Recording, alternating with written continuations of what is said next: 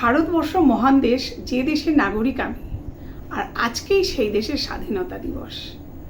এটা ভেবে আমার খুব ভালো লাগে, আর আমি খুব গর্বিত যে আমি ভারতবর্ষের নাগরিক।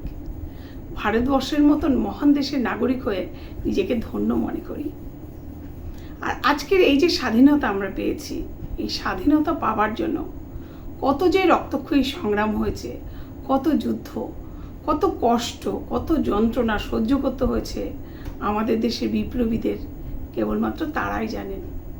আর আমরা দেখেছি বিভিন্ন ছোট ছোট সিনেমার মধ্যে দিয়ে, মানে আমরা যখন ছোট ছিলাম সেই সময় 42 বলে একটা বই দেখেছিলাম। ব্রিটিশদের সেই যে অত্যাচার, সেটা কিন্তু ওই বইটার মধ্যে দিয়ে দেখেছিলাম।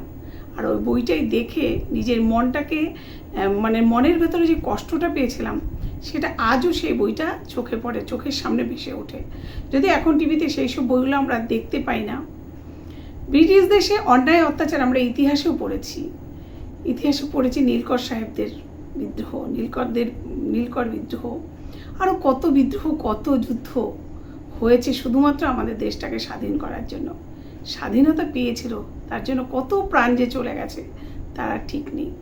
কত মায়ের কোল খালি হয়েছে, কত স্ত্রী স্বামী হারিয়েছে, কত সন্তান তার বাবাকে হারিয়েছে।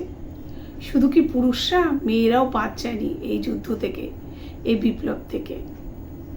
তাই জন্য মাতঙ্গিনী হাজরা আর অনেকেই আছে যাদের নামটা এই মুহূর্তে আমি বলতে পারছি না, তাদের নামগুলো না বললেই নয়, তবুও যাই হোক।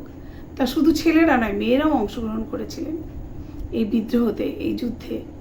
তো যাই হোক, স্বাধীনতা একদিন এসেছিল, কিন্তু যেসব মানুষগুলো চলে গেছিল এই যুদ্ধে, এই বিদ্রোহে, তাদেরকে কিন্তু আমরা আর খুঁজে পাইনি, আমরা তাদেরকে আর কোনোদিনই পাইনি।